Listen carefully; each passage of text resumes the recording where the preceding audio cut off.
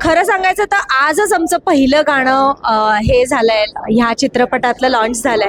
त्यामुळे ते गाता येणार नाही, पण नक्कीच आधीच्या पर्वातली इतकी गाणी आहेत. म्हणजे आता माझा मुलगा आहे लहान 6 वर्षाचा, जशी आपल्या चित्रपटाची घोषणा झाली त्याच्या तोंडून सुभेदारची गाणी सुरू झाली. म्हणजे मावळ जागं झालं असेल किंवा आपलं टायटल ट्रॅक असेल, ही गाणी मला असं वाटतं आजकाल आपल्या नाही तर लहान मुलांच्या पण तोंडावर आहेत. सो मला असं वाटतं हेच यश आहे या सगळ्या चित्रपटांचं. आजकालचा जो जमाना आहे की मुलांना अर्थ माहिती नसतात गाण्यांचे, पण ती त्यांना तोंडपाठ असतात अक्षरशः. पण ही जर गाणी शिवरायांची जर त्यांच्या तोंडावर असतील तर ह्याच्या इतका चांगली गोष्ट काय. म्हणजे तेवढ्या मुलांपर्यंत सुद्धा हे आपले चित्रपट पोहोचलेत. आणि अवधूत गांधी दादा यांनी इतकं सुंदर म्युझिक दिलेलं आहे. मग आत्ता आम्ही पहिल्यांदा हे गाणं ऐकलं आणि अंगावर खरंच काटा आला, इतकं सुंदर ते गाणं झालंय. रणपती शिवाय स्वारियार या चित्रपटात महत्वाची भूमिका आणि पुन्हा एकदा तुम्ही आणि अभिजित सरांची जोडी आहे, काय सांगाल? खूप छान वाटतंय, कारण अष्टकाचा भाग तर होण्याचं भाग्य मला सुभेदारच्या वेळेलाच मिळालं होतं. तेव्हापासून मी महाराणी सोयराबाईंची भूमिका साकार करतेय आणि स्पेशली ह्या चित्रपटामध्ये अभिजित छत्रपती शिवाजी महाराजांचा रोल साकार करणार आहे. ह्याच्या इतका आनंदाची गोष्ट काही नाही आहे, कारण की मी आणि अभिजित ऑलमोस्ट एक 6-7 वर्षांपासून एकत्र काम करतोय. आता आय गेस 6वी का 7वी फिल्म असेल ही, की आमची जोडी पुन्हा एकदा प्रेक्षकांना पाहता येणार आहे आणि ती केमिस्ट्री पुन्हा एकदा सगळ्यांसमोर येणार आहे. आणि मलाही खूप छान वाटतंय, कारण आम्ही ॲज अ ॲक्टर म्हणून पण ग्रो झालोय किंवा पर्सनल लाईफमध्ये सुद्धा आम्ही ग्रो झालोय एकत्र. त्याची बायको, माझा नवरा, एकत्र छान फ्रेंड्स आहेत. आमची मुलं पण ऑलमोस्ट सेम वयाची आहेत. तर एकत्र खूप काळ बघितलेला आहे, स्ट्रगलिंग पिरियड बघितला आहे, खूप गोष्टी शेअर केल्या आहेत. आणि आता फायनली एवढं छान काम दिग्पाल दादाने त्याला दिलेलं आहे आणि एकत्र आम्ही काम करतोय. खूप छान वाटतंय. बाजीपासून तुम्ही लोक यायचं एकत्र आहा, बाजी कसं आहे काय आठवणी म्हणजे मला तर आठवतंय पहिल्यांदा आम्ही जेव्हा बाजीच्या वेळेला एकत्र आलो होतो, अक्षरशः 100 ऑडिशन्स झाले असतील आणि त्याच्यातून त्याची निवड झाली आणि आमची जोडी परफेक्ट आहे असं वाटलं सगळ्यांना. आणि त्यानंतर मला असं वाटतं मागे वळून पाहायची गरजच नाही पडली, कारण त्याच्यानंतरच पुढे आम्हाला सगळ्या त्या भूमिका मिळत गेल्या. तर अगदी मला असं वाटतंय 6-7 दिवस आम्ही दिवस रात्र सुद्धा शूट केलं एकत्र. आणि तुम्ही म्हणाल तर एक को ॲक्टर चांगला असणं हे सुद्धा गरजेचं असतं, कारण ॲक्टरकडून त्याच्यामुळे चांगलं काम बाहेर पडतं. जर समोरची व्यक्ती तेवढी सपोर्टिव्ह असेल, तेवढी चांगली असेल, त्याच्यात तेवढी पॉझिटिव्ह एनर्जी असेल, तर तुमच्याकडून अगदी तुम्ही रात्री 3 वाजता जरी शूट करत असाल तरी काम चांगलं निघतं. तर ही कुठेतरी केमिस्ट्री मला असं वाटतंय की अभिजित बरोबर माझी इतक्या वर्षांपासूनची आहे आणि ती स्क्रीनवर पण दिसतेय मे बी, म्हणून आम्हाला अशा पद्धतीने कास्ट केलं जात आहे. आता विठ्ठल रखुमाई ह्या रूपामध्ये सुद्धा तुम्ही आम्हाला पाहिलं 2 फिल्म्समध्ये, किंवा सुभेदारमध्ये सुद्धा आम्ही एकत्र होतो, बाजीमध्ये तर तुम्ही बघितलंच, आणि आता पुन्हा एकदा ह्या नवीन चित्रपटामध्ये आम्ही येतो एकत्र. तर खूप छान वाटतंय. खरं बघायला गेलं तर एकत्र आमचे असे सीन्स नाहीत, पण हो आम्ही स्क्रीन एकत्र शेअर करतोय.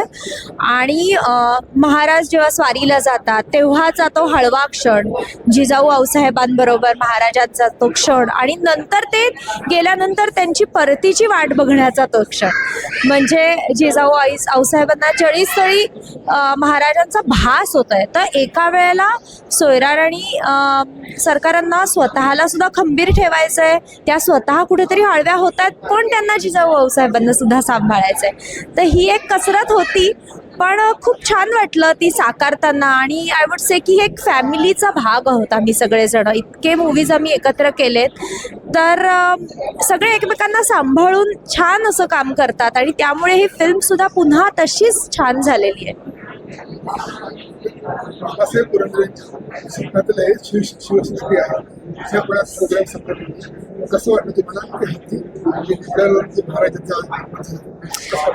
खूप छान वाटलं. एक तर ह्याला परंपरा आहे, ह्या वास्तूला सुद्धा ती हे व्हायब्रेशन्स इथे आहेत.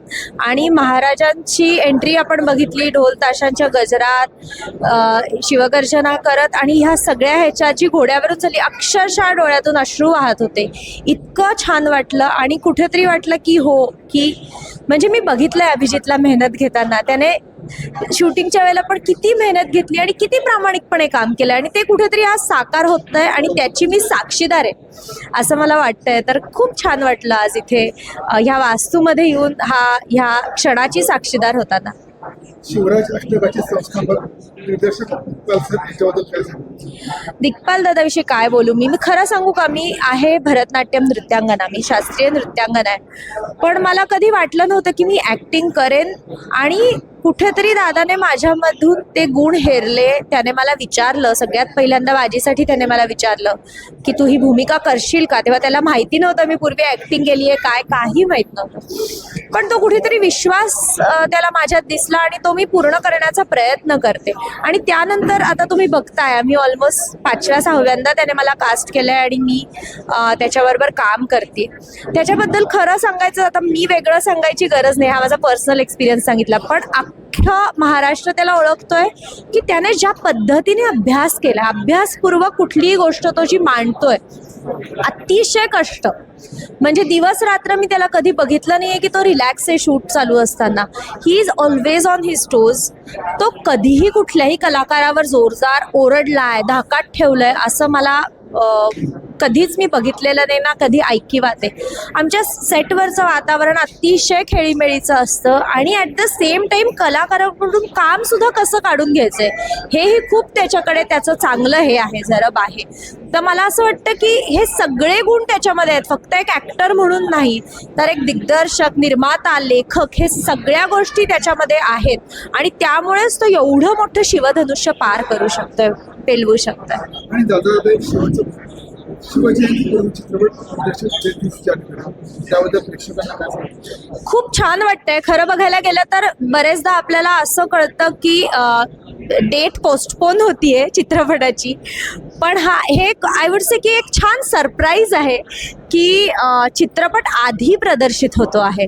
म्हणजे आमचं शूटिंग झालं आहे, आमचं डबिंग झालं आहे, पण त्यानंतर सुद्धा पोस्ट प्रोडक्शन इतक्या गोष्टी असतात, त्या त्यांनी इतक्या लिलया पार पाडल्या आणि प्रेक्षकांच्या भेटीला हा सिनेमा लवकर येतोय. कारण ऑलमोस्ट 2 वर्ष सगळे वाट पाहत आहेत की अष्टकातला पुढचं पर्व कधी येतंय, सगळे विचारणा करतायत. तर लवकरात लवकर आणण्याचा प्रयत्न मला असं वाटतंय दादाने केलेला आहे आणि नक्कीच तुम्ही सगळ्यांनी चित्रपटगृहामध्ये जाऊन 30 जानेवारीला हा चित्रपट नक्की बघा.